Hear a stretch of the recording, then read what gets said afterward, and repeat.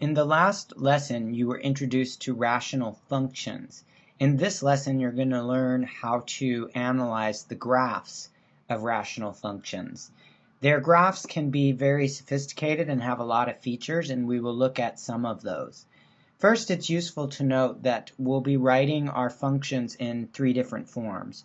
Rational form is the form that makes it most obvious that this is a rational function. You have a numerator and a denominator, and they're both polynomials. To analyze the graph of a rational function, it's often useful to write it in factored form. So you should actually pause the video and try to factor both the numerator and the denominator, and then turn it back on and check and see, and I'll reveal that just in a moment. You can check my work, but I factored the numerator into x minus 3, x plus 7. I factored the denominator as well, and you can check that yourself and see that if you FOIL those together, you'll get the original function. Remainder form is what you learned last time, but I didn't call it that, and I don't really have a great name for it, so that's what I'm going to call it. To get the remainder form, first notice that this x minus 3 cancels out.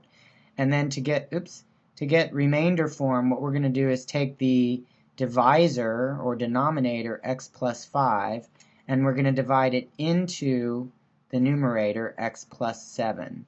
So if you divide x plus 5 into x plus 7, it'll go once, because if you multiply 1 times x plus 5, you get x plus 5, so the remainder is 2, which means you could write it like this. 1 plus the remainder over the divisor.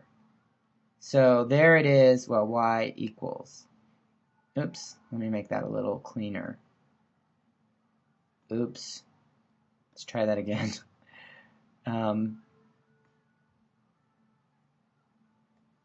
What did I do? Pens, there we go, eraser.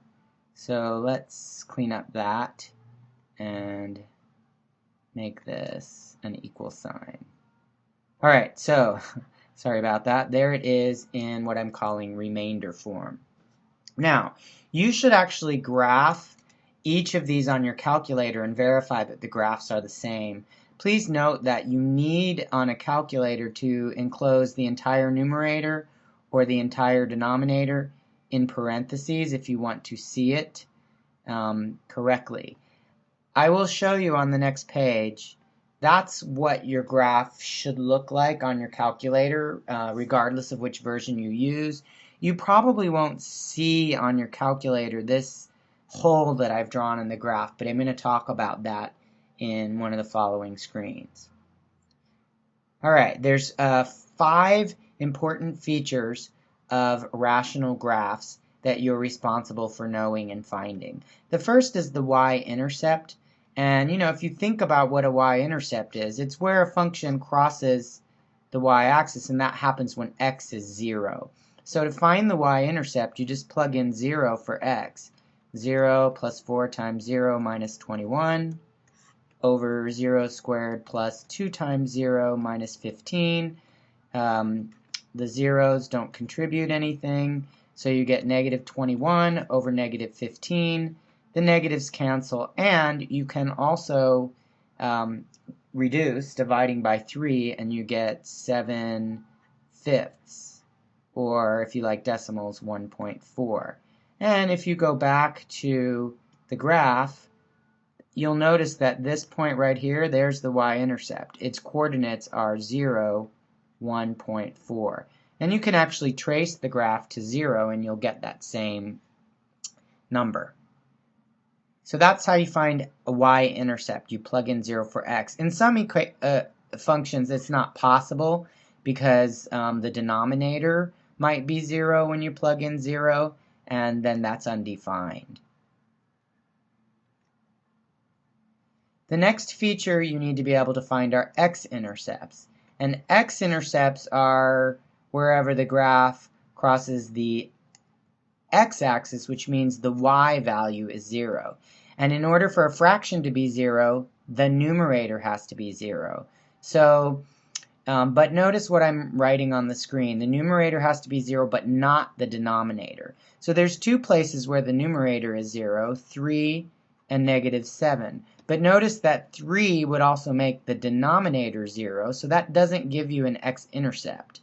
You can't really plug a 3 into this function because you would get 0 over 0, which is undefined. So there should only be one x-intercept, and it should be at -7, 0. Because when x is -7, the numerator goes to 0, and the denominator doesn't. And again, you can look back at the graph and see that -7, 0 is on the graph. Again, you could trace it to -7 and see that for yourself. Okay, why is there another? That's confusing. All right, now let's consider the next feature. The next feature are called holes, and this is sort of a new idea. But anywhere the numerator as well as the denominator go to 0, you get a hole in the graph. The reason for that, this function is basically identical to the function x plus 7 over x plus 5, except this function, you can plug in a 3 for x and get, what would you get? You'd get 10 over, let's see, 3 plus 7, over 8, or 5/4. However, if you plug a 3 into this function, because of these x minus 3's, you get 0 over 0, which is undefined. So what that does to the graph, it's going to look exactly like the graph of this function, except when x is 3, there's going to be a hole in the graph. So that is right here.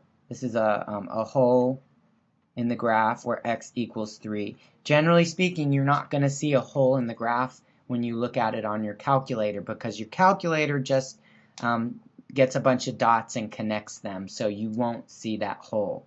However, if you try to trace it to 3, it won't show you a y value because it knows that there is no such point on the graph. Okay, so the next feature, vertical asymptotes. Vertical asymptotes occur when the denominator equals 0, but not the numerator. Again, this x minus 3 only creates a hole in the graph. That's all it's going to do. But notice that if the denominator, or if you plug in a -5 for x, and I should write that, let's see, I should write that under the x. So if I plug in a -5 for x, that would make the denominator 0, and anything divided by 0 is undefined, so you can't get a value. And what that does on the graph is create a vertical asymptote, in this case at x equals -5, because you really can't plug in -5 to this function. If you plug in numbers on this side of -5, you get very large values, and if you plug in x values close to -5 on this side, you get very small y values. So I represent that with my vertical asymptote. Where are we? Okay, we've done that. Those are vertical asymptotes. So the last feature we're going to look at is horizontal asymptotes. For horizontal asymptotes, it's actually easiest to look at what I'm calling remainder form.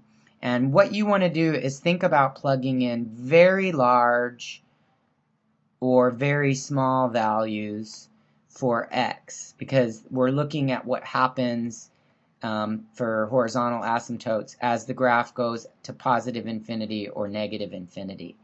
And if you think about it, if you have a very large denominator, like 2 over 45 million, as the denominator gets super large, this whole piece is approaching 0, so you get 1 plus a very small amount. And the bigger your x value, the closer this is to 0, which means you're going to actually end up with a horizontal asymptote at y equals 1, because this 2 over x plus 5 is going to become insignificant as you plug in very large, or, oops, I wrote very large twice, or very small, like negative 45 million.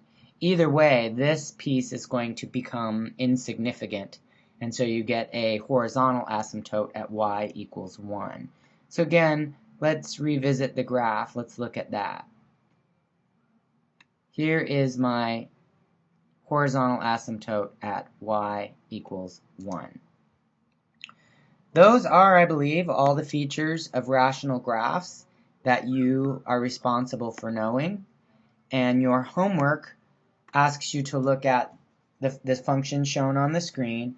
And first you're going to write it in factored form, and then you're going to write it in remainder form. And then you'll use combinations of those forms to find y-intercept, x-intercepts, any holes in the graph, and any vertical or horizontal asymptotes.